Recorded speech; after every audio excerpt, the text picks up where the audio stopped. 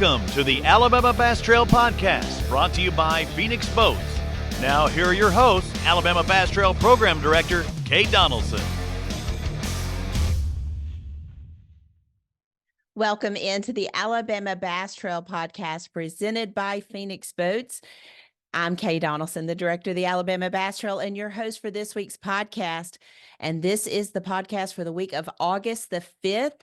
We are just a few days into registration. So I want to apologize, first of all, for not having a podcast or being off the air last week. If you follow me on social and on the Alabama Bass Trail social, you know that I was diagnosed with COVID on Sunday, and honestly, to my knowledge, the first time I've ever had COVID, and it was absolutely miserable. I was in the bed for 3 days, just miserable. I just don't even know anything other than to say I ached all over, my head hurt. I had no will to even get up out of the bed for 3 days. So it was a miserable, miserable, miserable time. A lot of people asked if I got it from ICAST. Unfortunately, COVID doesn't come with a receipt. You don't really know where you picked it up.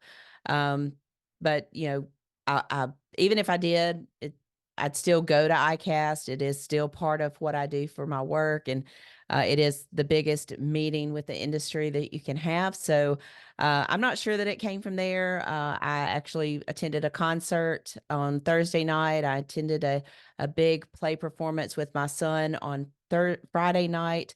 And then I was actually out shopping quite a bit on Saturday before I started feeling bad Saturday afternoon. I got to my hotel in Tuscaloosa for the state governor's conference on tourism and just started feeling really bad. Skipped a dinner function, stayed in the room, got up Sunday, did not feel better. But I went ahead and went to the conference, and then about midday had to just say, I've got to go to American Family Care, and was tested for, flu, strep, mono, COVID, everything in between. And ding, ding, ding, positive for COVID. And all I can say is the next few days were just terribleness, if that's a word. It was just absolutely awful. So, but as you can see, we are recording on Friday, and I feel much better. First day of makeup and hair today, so I'm getting back on the winning track here. But this week, we are going to talk with our new social media communications director, Angela Cross.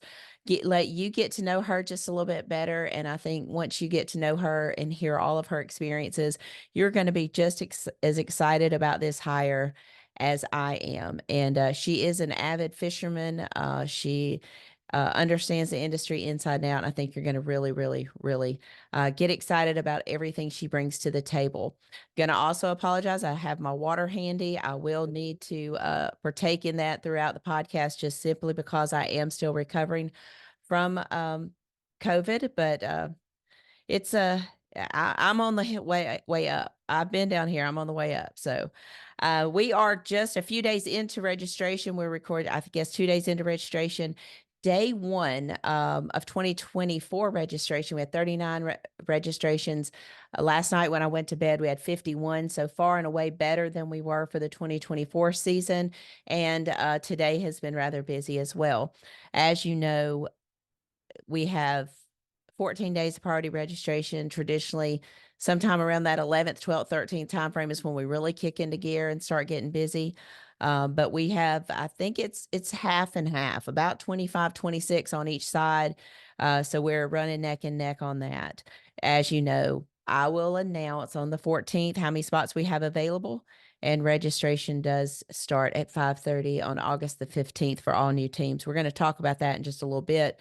And we're also going to visit with Luke, Darian, and Jason in the next week's podcast. We're going to talk about how the registration has changed over the course of the first 11 years in the Alabama Bass Trail.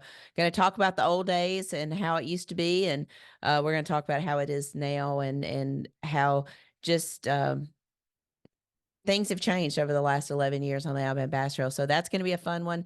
That one will be on August the 13th, just 2 days before opening to the public. So you'll have Luke, Darian, Jason, myself on that podcast. So that'll be a fun one. And as well as I do, we could talk about registration. We could talk about the schedule. We could talk about Live on the Water. We could talk about the TV show. I mean, really, nothing is off limits, really. I mean, I'm sure there will be some joking back and forth, but I think it'd be fun to have all those guys on, talk about their year on the Alabama Bass Trail, being on live, Jason handling social for us at the tournaments, doing some writing for us as well, and just kind of get their feeling of how things have gone this year and things that they know we have in the plans for 2025. So that'll be a fun one. So, um, I mean, I kind of skipped over this. Each year, it seems like the phones and the emails and the Facebook messages start early and earlier each year, and I am not complaining.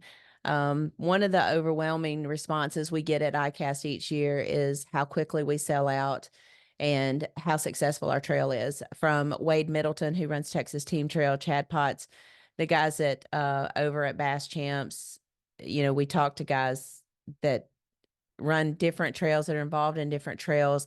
And the overwhelming comment to us is how quickly we sell out and how we have not lost participation over the last 2 years. Some of the bigger trails have seen 20 to 25% dip in registrations over the past 24 months. And one of the overwhelming things that I was told in meetings this year was, props to the Alabama Bass Trail for being able to keep the registrations up. And that's all due to loyal anglers. And without the phone calls, the text messages, the emails that we get, we couldn't do that. So honestly and sincerely from our team, we appreciate that. We understand that you have a choice, and our goal is that you fish with us, and we know you guys want to fish 30 weeks a year. We're not going to work 30 weekends a year, so we want you to fish multiple trails, but we hope that you choose the Alabama Bass Trail first. I don't hide from that. I don't. I'm not going to lie. I want you to choose us first, and I hope that our team, whether it be our team that's on the ground that's actually doing the event, if it's our team on the water, if it's our team inside the office, it's our social media and communications and TV and whatever, I want you to think that our team appreciates that and understands your worth, and we do. Are you going to always agree with our decisions? No. But you have to understand that our decisions come from a place of what is best for the masses. It is never what is best for Kay Donaldson. It is never what's best for Daniel Montgomery and John. To postpone a tournament to Sunday, those guys have a real job to go back to on Monday. And their jobs are a lot more labor intensive than my job is. I work from home. I could sleep in an extra 30 minutes if I need to. Those guys have to be up and at work bright and early in the morning, and very labor intensive jobs. So postponing to Sunday is never a great thing for them, but they understand that sometimes it's necessary. So you're not always going to agree with us, but I hope you understand that our team is there for your enjoyment. They are there to make sure that you have a pleasant experience while you're at our tournament. I told someone on the phone just yesterday, what happens before you blast off and what happens after you check in is our responsibility. What happens between that time that you're on the water, now that's on you. You got to catch them. So, but everything else really falls on us to make sure that you have a good time and that things are ran in a professional and organized way. So I think that's a huge part of why our phones are ringing earlier and earlier every year. And I say this every time I have an opportunity to talk to someone, whether it be a reporter, whether it be a potential sponsor. We are successful because we have 1,100 of the best outside salespeople in the world, and that's our anglers. So I honestly, and from the bottom of my heart, I say thank you. We are, again, going to talk to Angela Cross. She has been on the clock with us now for about a month. I think Monday was 1 month. She's been an Alabama Bass Trail employee. She hails from the great state of Florida. She lives in Tampa, currently making a transition over to the Orlando area. She is going to remain in Orlando, in the Florida area. She's going to work remotely for the Alabama Bass Trail. You're going to see her at several of the tournaments. You're going to see her, on some of our podcasts, on some of our TV shows and things like that. But she comes to us with a great deal of experience. I mentioned that before. She worked for a company called Coastal Marine Management down in the Gulf Shores, Orange Beach area. She's worked with saltwater fishing tournaments in the past. She's been the VP of operations. She's been in human resources. And most recently, she was the marketing sponsorship person there at Power Pole. So we're going to talk a little bit about that, all of her experience and what that brings to the Alabama Bass Trail. And you'll understand why I'm as excited as I am for what she's already doing for the Alabama Bass Trail and the plans that she has for us. So I look forward to you getting to meet her next. So stay tuned. Don't go anywhere. Stay tuned. You're going to want to meet her. We'll be right back in just a moment on the Alabama Bass Trail podcast presented by Phoenix Boats. Stay tuned.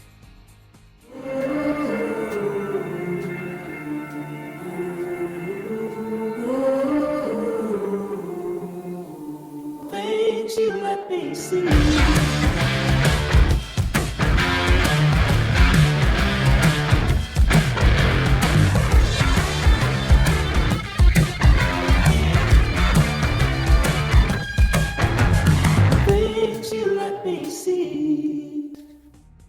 Welcome back to the Alabama Bass Trail podcast presented by Phoenix Boats. And there she is in the frame, Miss Angela, the social media communications director for the Alabama Bass Trail. Welcome to the Alabama Bass Trail podcast. Thank you very much, Miss Kay. And you are looking brilliant this morning and coming off the tail ends of not feeling well and everything going on in your world. You just look stunning. So hey, just being in my own personal quarantine is just, coming off of ICAST, you had about a week between that. And then my son had a big show he was in, and I was so excited to get to go to that. And then right into the governor's conference. So it was just boom, boom, boom. And I got tickled. I said this on the earlier part of the podcast, the number one thing people, well, do you think you got COVID at ICAST? Well, it didn't come with a receipt. So I have no idea where I got it. All in the well, I did get it. I was tested for flu, strep, mono, and COVID was the winner. So I don't know that I've ever felt that terrible from something like a cold or whatever. Surgery, maybe. Having babies, maybe. But not from just my knuckles and my wrist and my elbows and all my joints just ache so bad. So you've had it. You understand what all that's about. And but yeah, I'm glad to be on the upward incline from it. That's for sure. I am glad to see you on the upward incline as well. It's never good to see your colleagues feeling bad and not able to push forward. So, when you're in a small business like this, and I know people look at the Alabama Bass Trail, and you and I've had this discussion about grassroots tournament and how we've kind of made the transition from grassroots tournament to what I feel like is one of the major players in the fishing industry. And you certainly brought that to light when you came on board, because I kept referring to us as a small regional grassroots effort. We met with some sponsors at ICAST. They were kind of referring to us as that as well. And you said, y'all need to step outside of that and really look at the body of work that you've put out. So I want to talk about that. We'll get into that a little bit later, but yesterday was a month, maybe you've been on the clock with Alabama Bass Trail? Yep, we're really close to the month. I had my first visit with you on the 8th, but we had already kicked it off on the 1st of the month. So yes, happy 1 month anniversary to us. Yeah. I mean, people said it wouldn't last. I know people in real relationships that hadn't lasted. Yeah.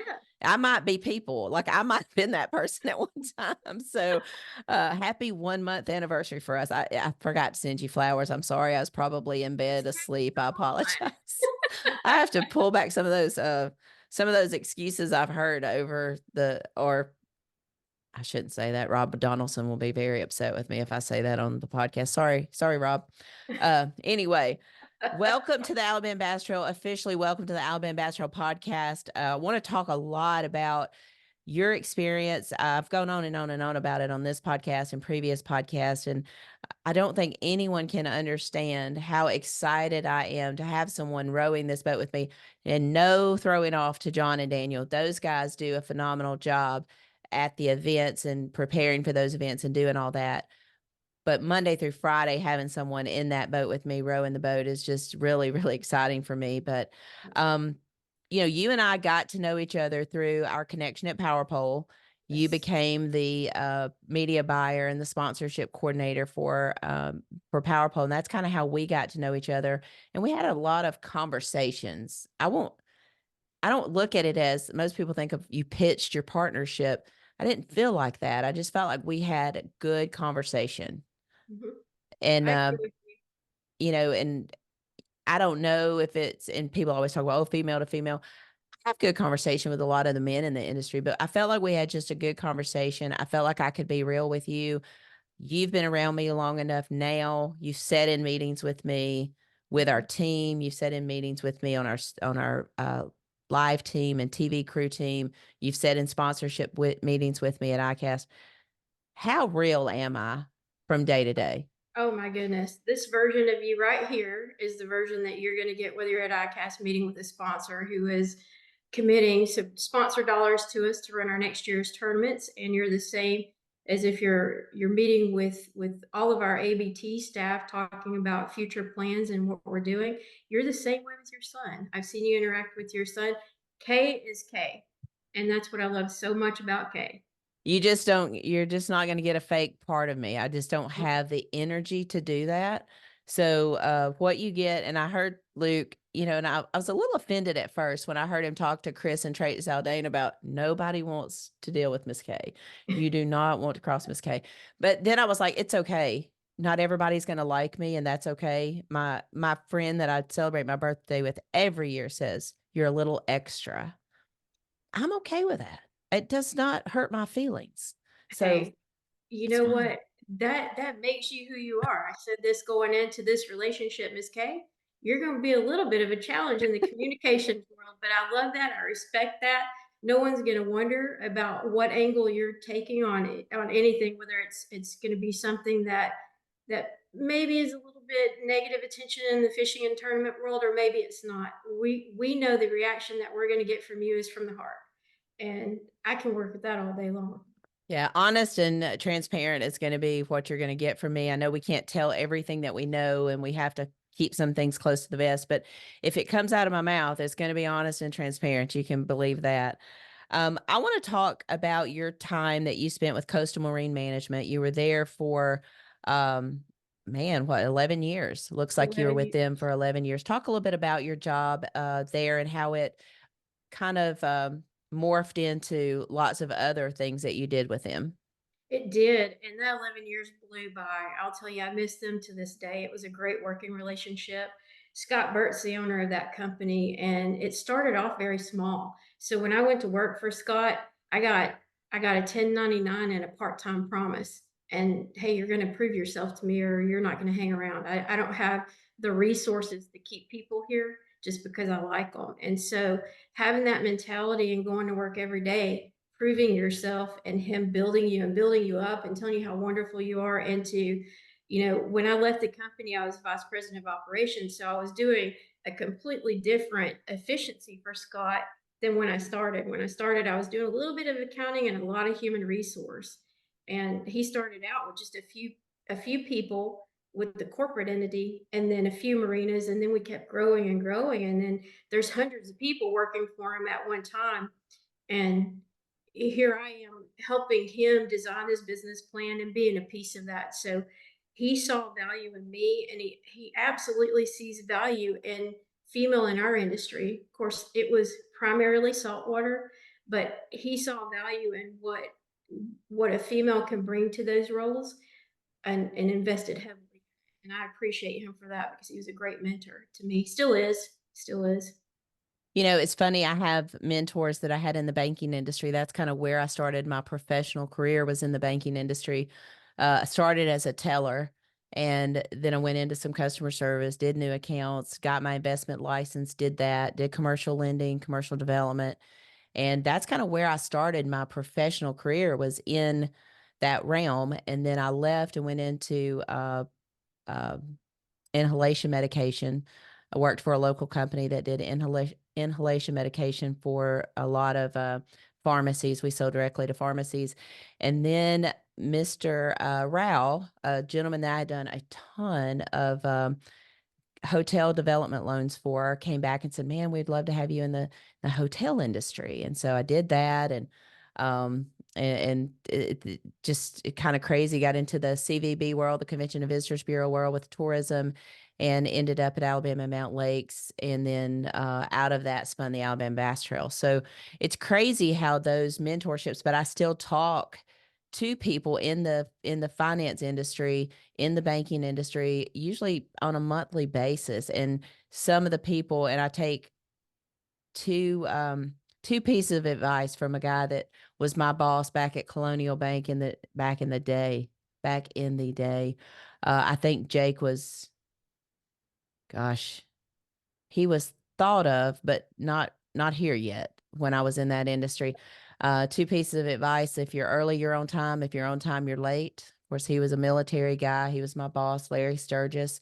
And then he told me to always make sure that Emma, that was my only daughter at the time, always make sure that I told Emma how pretty she was and how beautiful she was, how smart she was, how great she was, because you never wanted a little 16-year-old boy to be the first one to ever tell her that. And so Oh, I yeah. can remember taking her to daycare one day, and this is totally off the subject. And she had, when I put her in the car, her hair was just so cute. And I got to daycare, she had like 3 or 4 ponytails sticking up everywhere.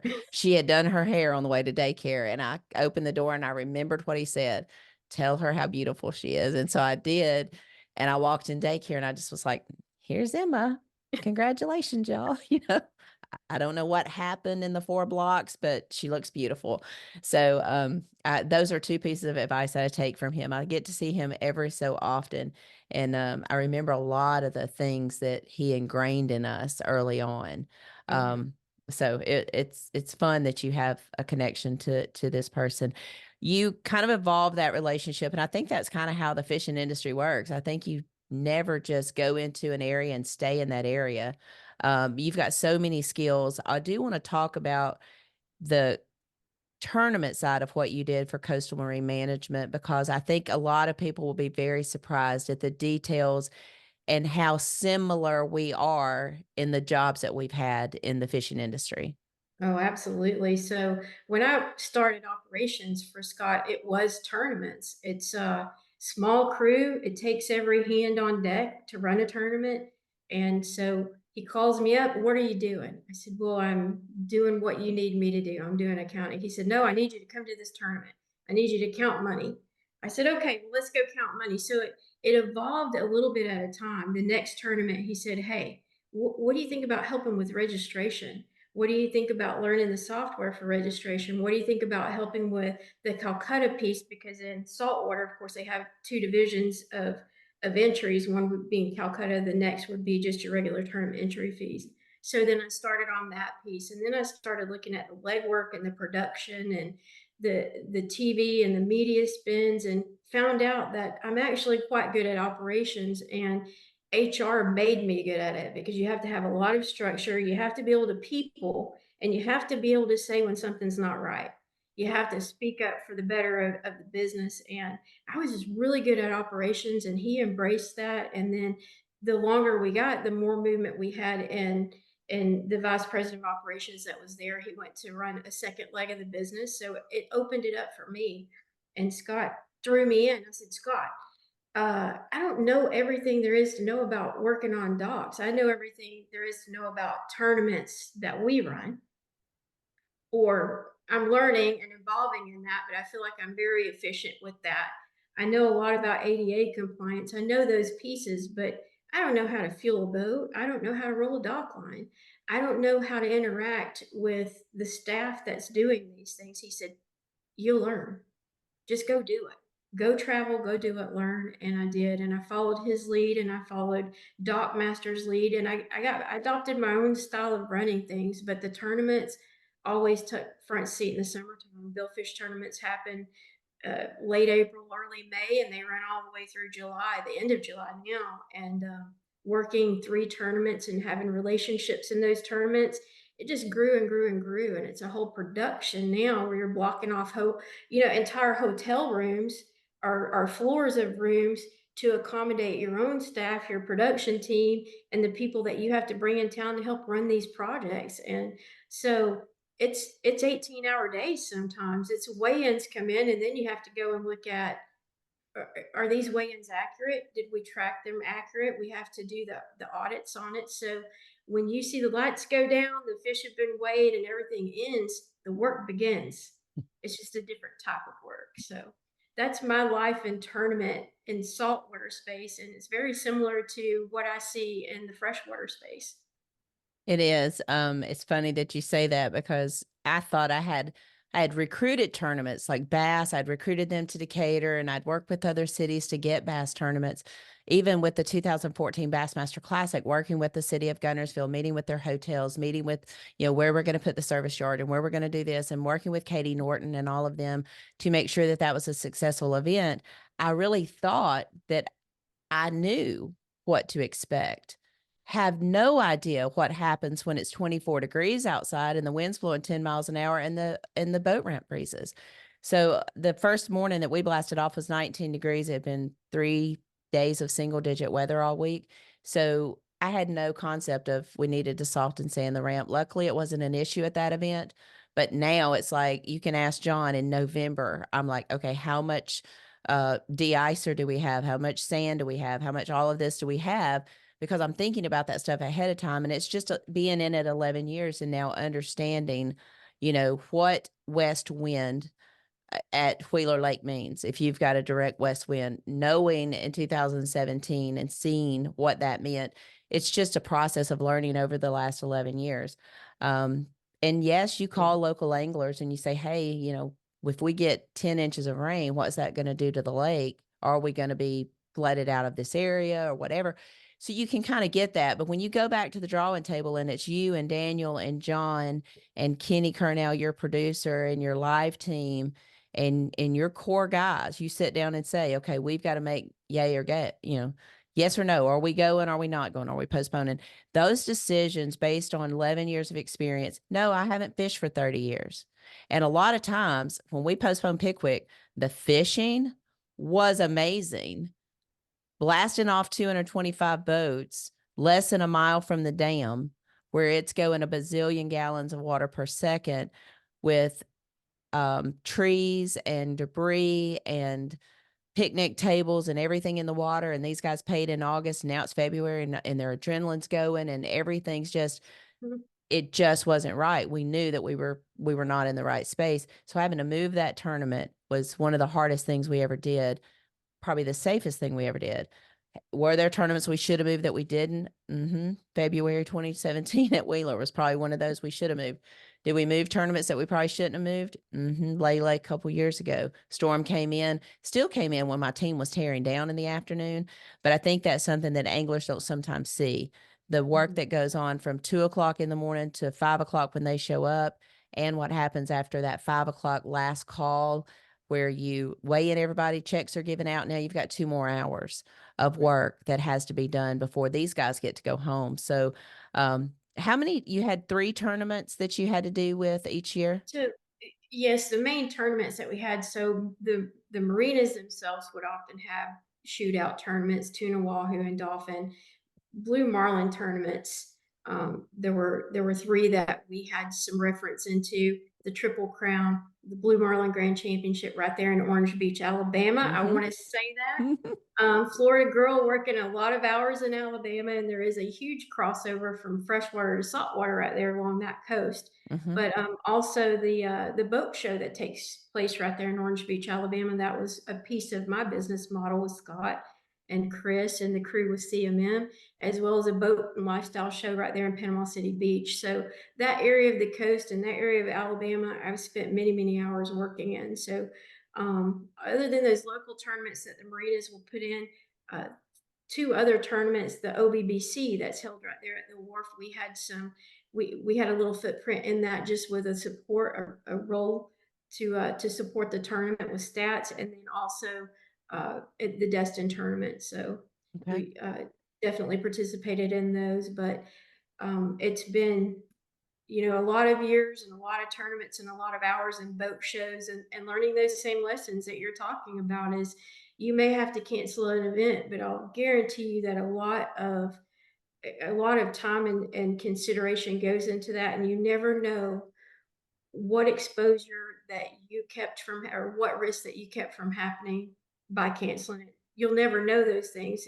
Did we prevent an accident? Did we prevent something that is gonna going to hurt somebody or harm somebody in the long run or cost somebody money even. There's always a consequence in canceling it, but you'll never know what you missed. Right. And Exactly. it's a tough lesson to learn. It is. It's hard.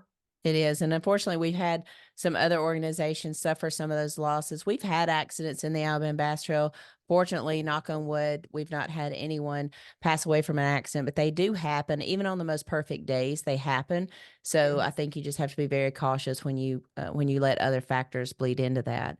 What was some of your favorite things that you liked about working in that world? Oh my goodness, I just like the people I worked with. As you know, this industry is relatively small, and having a team that's working those hours during tournament time, you establish really close bonds.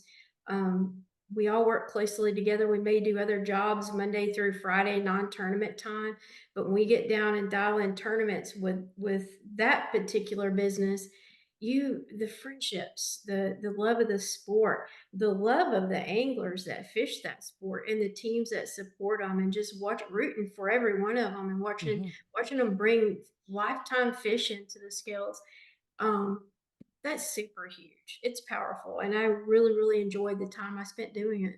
Good, good. Yeah. I say that all the time. I've watched a lot of these kids, our current anglers of the year, CJ Knight, Anthony Goggins in the South.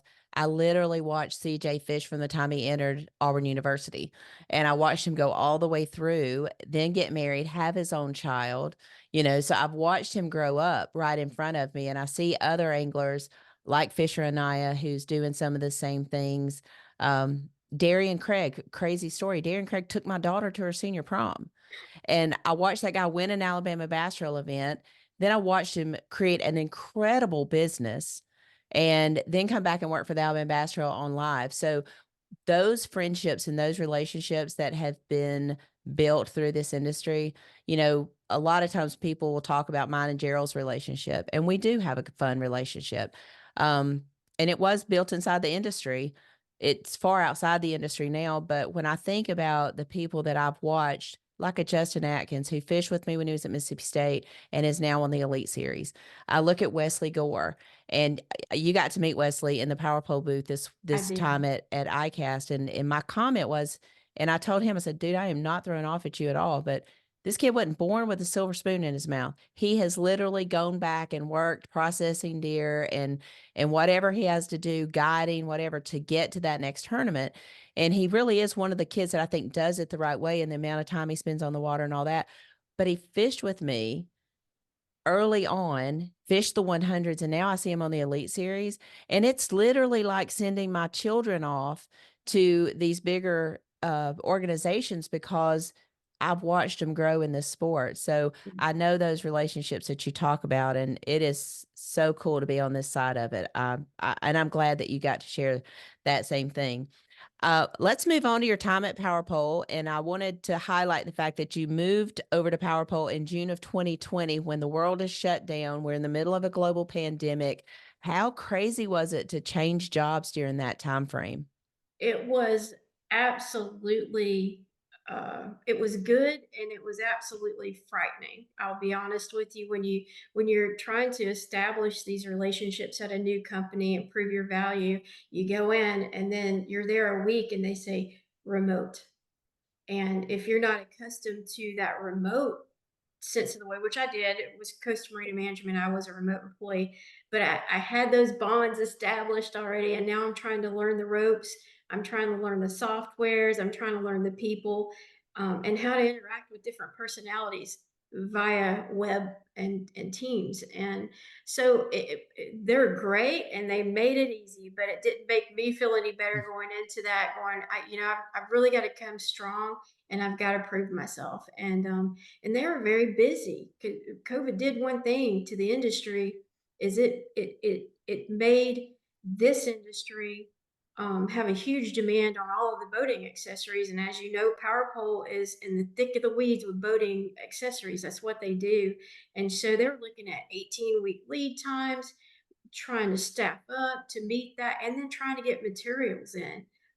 They're a company that strongly believes in requisitioning materials as close to Tampa Bay and in the United States is that's what they're all about. They want to bring economy to not only Florida and Tampa, but to the United States. So there was long wait times on local materials, not enough people building product, and then you and I talked about this, just R&D, looking at how to make the product better. We got a great product.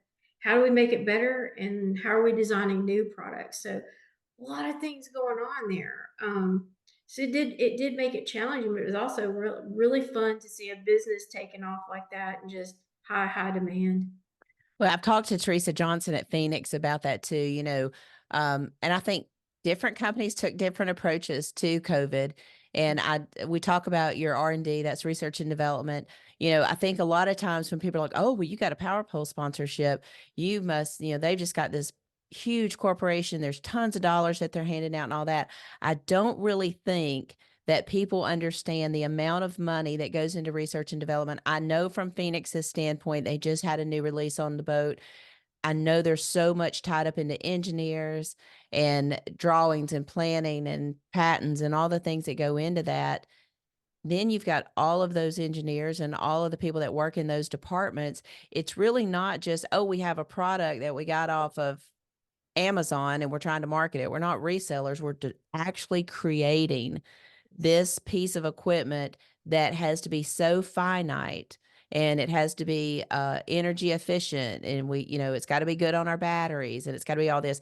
So a lot of that is being managed at a time that demand was so high, so Yes. high. Yep, you're absolutely right. And to your point is PowerPole is a company that's local to Tampa. The original design for the PowerPole, John Olivero uh, designed it. I don't know if a lot of people know John, because he's a guy who wants to go into engineering and build, because he's a creator, he's a designer. So he's not a quiet guy. He's just always busy designing product. The original prototype is from Legos in his office, and it still exists there today. So if you go to PowerPole and you're lucky enough to get a tour of the facility, and see it, it's really interesting to look at. But that just shows a little piece of where they're rooted. They're all with that ancestral team of PowerPole. They're all anglers. They're all fishermen using the product. So you look at this company that's grown over time, and yes, they have a full engineering department now. And they've not only that, they've got CNC machinists, they've got engineering techs, and multiple types of engineers designing that product and the framework to support it. So everything that you're wanting to look at in your mobile app to run your PowerPole anchors, it's all based off the Sea Monster app, and they have to continuously improve that technology. So there's always an investment in maintaining what you're seeing there as far as the usefulness of the product to go along with the change of technology. So they've got a lot of moving parts in there, and they do a whole lot with, with an engineering team of, I can't cite the numbers, but probably 20 or 30 engineers that are working on different things for them, but different projects. So it's a company that has a big footprint on our fishing industry and really good people behind it. Good.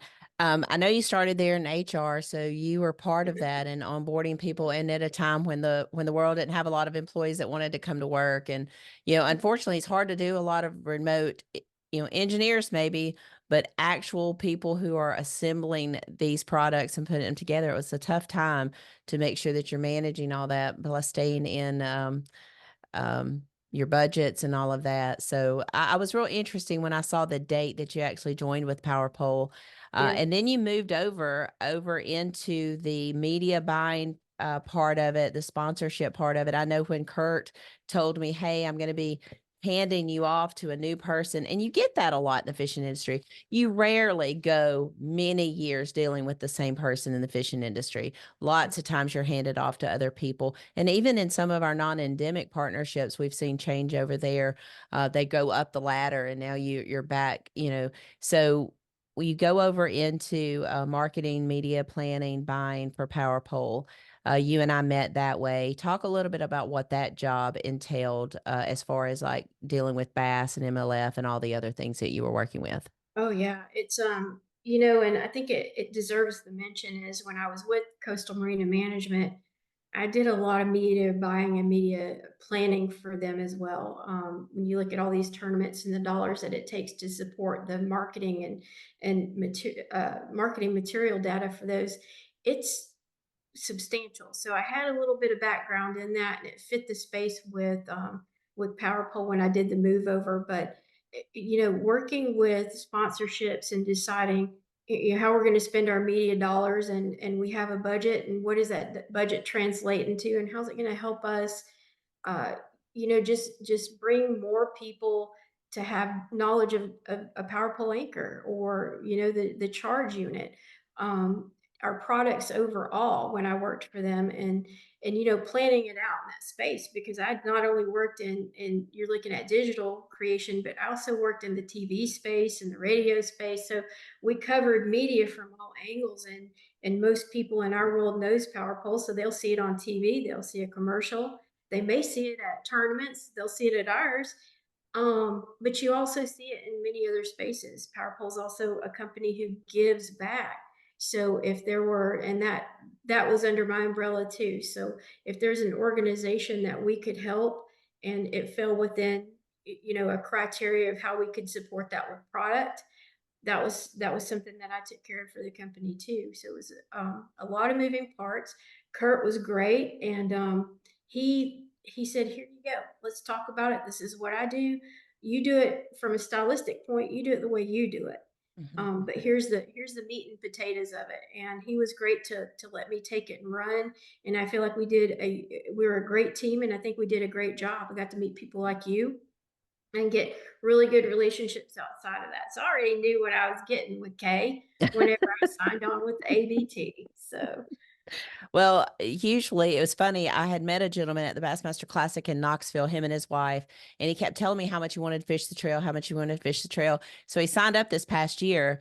And after the first meeting at Pickwick, he sent me a text. He said, "I kind of feel like I was scolded in middle school." And I said, "I get it. I understand that. We don't ask for a lot, but I can understand that first meeting's a pretty rough meeting. If you've never been around this side of bass fishing, it was pretty rough. But he got through it and he had a great year and he's signing up for the next season. So that's good.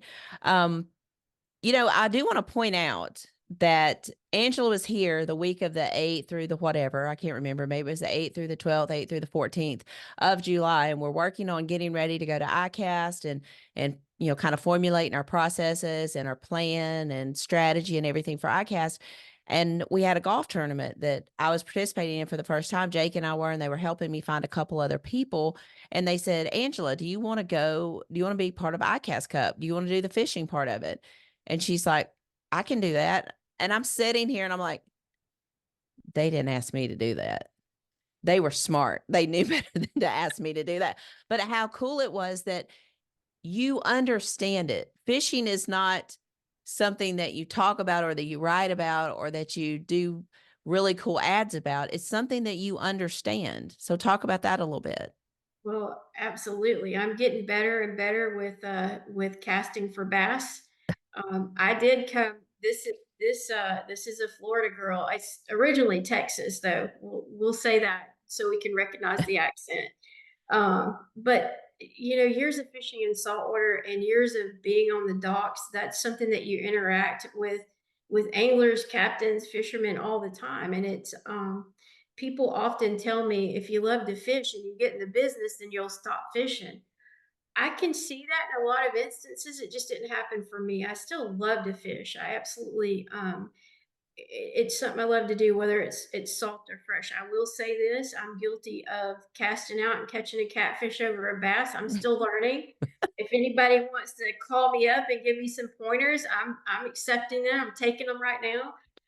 But if you want to catch a snapper, I'm gonna probably know how to do that a little bit better than catching a bass. But I absolutely love fishing of all sorts. I love the species, and I love that we're making efforts to take care of it and preserve it for generations to come. I love the fact that they offered that to you. And I did take note that they did not offer that to me. I promise you, I was better on the golf course, and that wasn't great. Although I think I probably played my best round of golf that particular day. I don't know if I was so intimidated because my son was with me and I know he's a college athlete and I didn't just want to be embarrassed, but I probably played the best round of golf that I played that day. But I did find it really funny that they didn't ask me to do that. So Well, let's recognize that you did take home a trophy. I I want to did. recognize that. I want everybody to know that you did take home an award. So you were on game that day, and that's all that matters. And it has been roughly 2 weeks, and that trophy is still laying on the pillow on my bed beside where I sleep at night, just because it's been a long time coming that I actually won a trophy at something athletic. I mean, literally, probably haven't won a trophy for something athletic since I left college cheerleading. So I am going to keep that there and at least until I move. So, but it's been a lot of fun. It's we had a lot of fun then. I expect that we'll do that again next year. You Absolutely. you and I connected a couple weeks before we actually hired you and brought you on, and you and I had several conversations about what this job would entail. And you've got so many great experiences and a lot of great things that you bring to the table, lot of great talents. Talk a little bit about meeting John and Daniel, meeting Darian and Luke and Ben and all of the team that you've met so far with Kenny. Talk a little bit about your initial thoughts going into the Alabama Bass Trail. Oh man, I mean, you have designed this team as a working team. And that's not always the case in tournament world because you have people like Luke and Darian and I cheat a little bit because I've known Luke for some time and I have a bunch of respect for Luke. So and he is hilarious, as Darian is as well. But it seems that this group of people work really, really well together. Kenny, from the production angle, and all the team that is going to make me look a lot better today in this podcast. But it's just fluid and it's always friendly when you're talking. It's not a competition to get for entitlement of ideas or how we can make something better or what is the plan. It's how do we become a team and how do we work for the better of the tournament.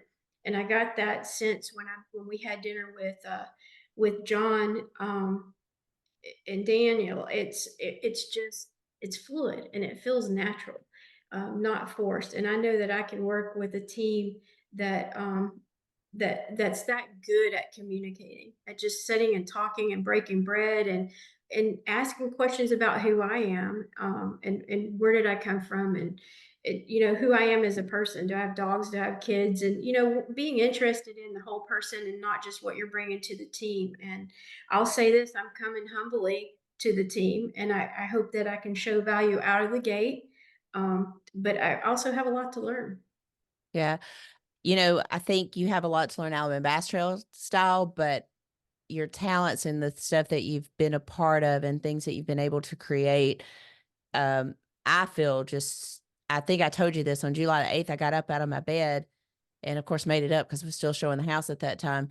But felt like I could breathe, which has not been something I felt for the last 5 or 6 years. And I say that because taking on as much social, and we know that our sport lives in social. That is where we have to be. And then when you do the TV coverage and you're doing live and you're doing social, it really became very exciting, but it was very suffocating for me because I had all the other business that needed to be done. People don't understand checks have to get deposited, invoices have to be sent out, tape has to be ordered, chemicals have to be ordered, porta potties, hotel rooms, registration has to be updated, dates just don't fall in line. Bank accounts have to be rectified, board members have to be satisfied, sponsors have to be satisfied, activations have to be done, assets have to be collected, all the things. And then there you take on live production, which I did that to myself. I'm going to tell everybody I did that to myself. I asked us to do that. I felt like it was pertinent of us staying relevant to our audience is that we give live production. I think the younger the audience gets, the more they expect it. And I think now my age, I'm 52, we expect that instantaneous gratification of whatever. I mean, we just expect it now. Social media has provided us a global picture. Sometimes it's not exactly accurate, but it's given us a global picture of a lot of things. And I felt like we needed to move into that. And the expertise that you brought to the social and the communications and understanding from a broad corporate perspective to what I saw as a grassroots model, and your vision of taking it from tunnel to out here has already blown me away. Like I 100%, it's funny because I'll say this because I can. The peanut gallery, I give them a lot of hell, not more than they give me. Let's just be clear and honest about that. But I've heard before out of that little group that I'm a control freak. I get that. Somebody's got to control this chaos, and I guess that is me. But I think you will say, when you came on board, I told you nothing is off limits other than managing finances, which I'm very, very, very, very strict about, which is why we've been able to buy a $165,000 trailer, why we've been able to pay $92,000 for fish care equipment, because I am so frugal with our funds. But I've pretty much said, hey, take a look at all of it. It's all up for grabs. It's all up for change. Other than the fact that we're going to stay true to our rules are going to be posted. This is what our rules are going to be. John and I are going to enforce those rules to the letter. There'll be no wishy-washiness about that. Pretty much I've said, take whatever you want to do and work on it. Have I not? You have absolutely done that, to my surprise, because I do know from our interactions in the sponsorship area in previous years, um, it made me feel a sense of confidence out of the gate that you were, here you go. And so, and we've done that. We've talked, we've engaged, we've talked about ideas. We're stabilizing now. And I think that everybody is going to see some really exciting things come out of Alabama Bass Trail in the upcoming months and going into 2025. I can't tell you how excited I am about it. I know Luke and Darian. And I think Jason, people I are gonna have know to talking with, tune in to see Luke and Darian yeah. and the rest of the crew on the water, and how they interact for 2025. It's absolutely going to be a blast. Well, talk a little bit about, and I want to just say, I've said this without you being on the air. I've said this in private conversations, how extremely excited the entire team is, how much, just streamlined and organized and everything that our thoughts and our preparation going into each tournament. Talk a little bit about, and I know you don't have the full plan yet, but talk about what fans and what our anglers can expect through our social and through our communication process over the course of the next, through the championship and through 2025. Well, I think that you're going to continue to see all the great live action. I know people enjoy watching weigh-ins and holding of the fish up, but I think we're going to make it a little bit fun. We're going to bring some fresh new angle to it.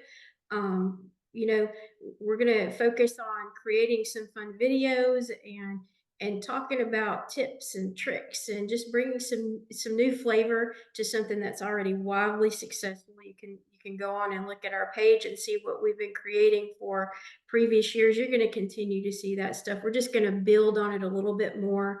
We're probably going to be able to put some sponsorship stuff up there to where if you're looking to buy accessories or boats or batteries, you'll be able to look at social and see what deals are coming through the pipeline and click on those. And just going to keep it real, continue to keep it real, because that's Miss K and that's what the Alabama Bass Trail is. Well, that's how we've been built. I don't have, my thing is I don't have time to stop and think about, okay, what should I say? I just have to say whatever it is. But I will say you probably saw some videos on social. Anyone who follows us really closely, you probably saw some videos from iCast on social. That's something Kay Donaldson never thought to do.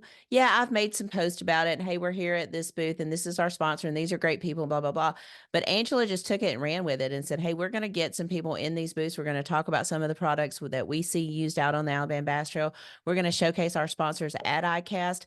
Totally Angela's thing, and she ran with it and did it, and I was so excited about it, because we do struggle with that time frame of being at the end of June till we don't go back until August.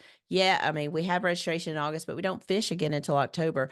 And I think that's the thing that I'm most excited about, is her plans and strategy for staying relevant in the market and really co-working with some of our partners to make sure that we are bringing you up to date and exciting information, not just flashy graphics, but things that really, yeah, the graphics are going to get better because she knows how to do all that stuff. But the content that you're going to be able and be introduced to through our site and through co-working with a lot of our partners, I'm really excited about that. The exchange of ideas and the creativeness and stuff that we've been able to share has just really excited me for what's upcoming. And so I'm excited about that. You're going to work in Tampa in the Orlando area. You're making a move over toward the Orlando area. I'm in Decatur, Alabama right now, soon to be in Coleman, Alabama. And I'm not the least bit concerned. Like, I don't have any reservations about this, and which is, my kids would tell you this is not their mother. They do not know who this person is, but they like it a little bit. They like it a little bit. So I like it too. And Ms. K, you know this from knowing me for the time that we've known each other, is I'm a relationship person. Overall, communication is my thing, but building long-lasting relationships and good dialogue is me. And I'm pretty structured. So I'm hoping that brings some confidence on how we communicate with our ideas and our workloads and when things get too much. And then I obviously know the tournament world, so I feel like I can be a good contributor to that space as well. And I look forward to meeting everybody who's on the ABT trail at the championship coming up in October. So I'm gonna be around. You guys are gonna see me. We're gonna be creating stuff, and I hope you're all excited about it. I hope all of our ABT families excited, and as we grow our audience, and we've talked about that too. I think a lot of other areas deserve to see all the power that we're bringing with ABT, with the team series coming up and the championship. I think it's all very exciting, and we're going to grow that viewership, and you're going to see that on social too. good. Guys, I hope after listening to Angela that y'all are as excited about the future of the Alabama Bass Trail as I am. I feel so confident in the strategy that Angela's putting forward, her work already with our team, Ben over at Steady Link Media. I always have to give Ben a shout out. Ben started his company, Steady Link Media. He started working with Alabama Bass Trail about 2 or 3 years ago. We've given him lots more things to do, and he's just knocked it out of the park. So I hope if you're interested in or needing someone like Ben, he just is fantastic. Don't take him away from us. Yeah, But then when you Ben, take a look at Noah and the phenomenal photographs, I saw Noah post something yesterday in honor of registration opening. Here are some of my favorite shots from 2024. Noah's in it, and he's so organic. And he's from the fishing side of things, and he just sees things from an angle.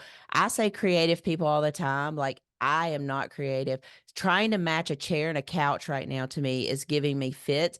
But when I look at Noah's creations and the things he does, and then Ben and how he captures the video and really the essence of the Alabama Bass Trail and the feeling from the video that he did with Terry Tucker and Jeremy Green winning the championship at Weiss Lake last year, that emotion and being able to show that raw emotion is just something that I'm so thankful that we have such creative people out there working with us. And then when you have the technical side, like Daniel and John, that just really hone in on the specifics and how everything works and how this positive and this negative goes here and this runs. I mean, it's just crazy to watch all of that.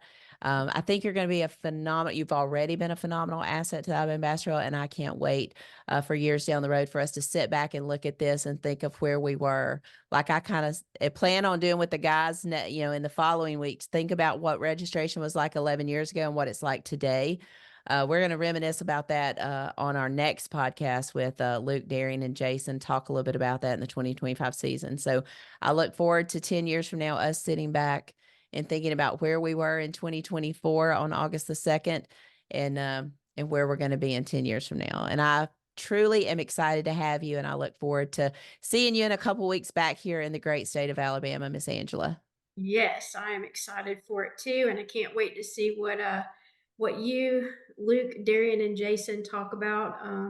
That's going to be an There's just no interesting telling. podcast. So I hope everybody tunes in for that one.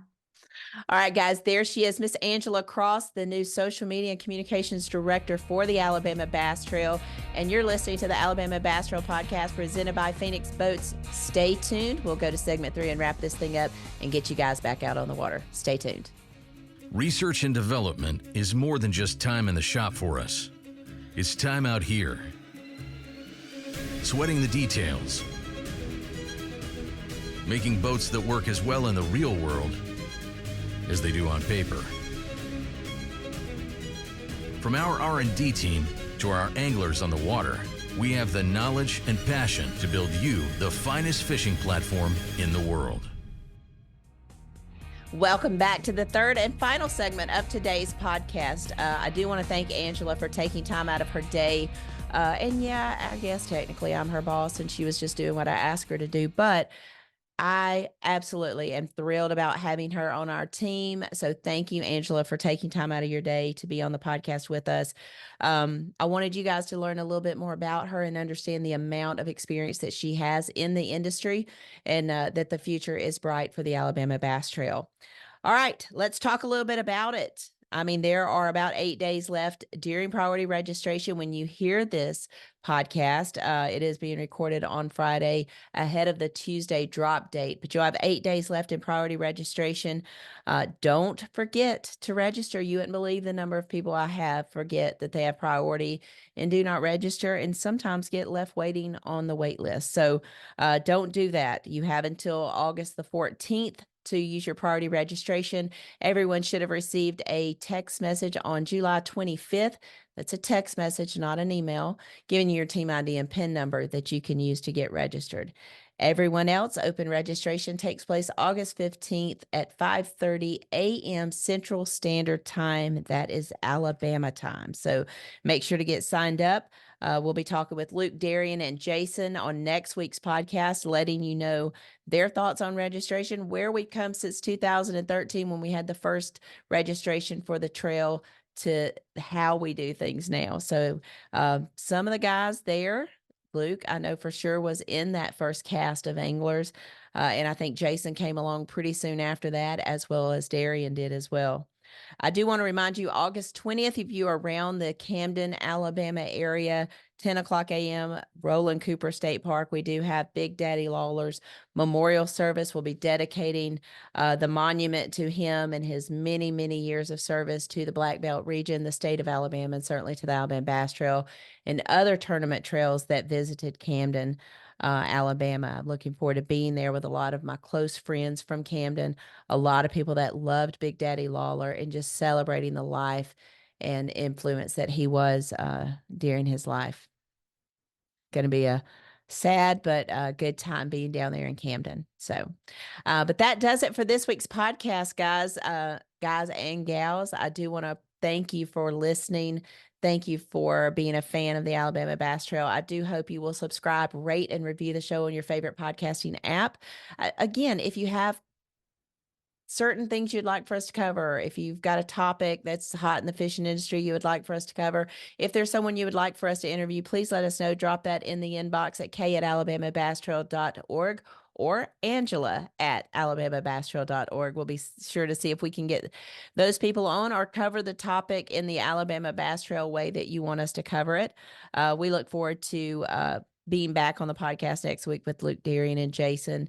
And again, guys, I don't have a bleep button, so hopefully they'll keep it all kind of together and nice and cool and all the things, but you never know what might come out of their mouths. But you stay tuned. We'll be back with you next week. We'll talk about registration. We'll talk about other things going on in the industry and get you guys caught up on all things Alabama Bass Trail. But until then, God bless, good fishing, and as Big Daddy would always say, get outdoors. Y'all have a great day. Thanks for listening to the Alabama Bass Trail podcast. To learn more about the Alabama Bass Trail, make sure and visit alabamabasstrail.org.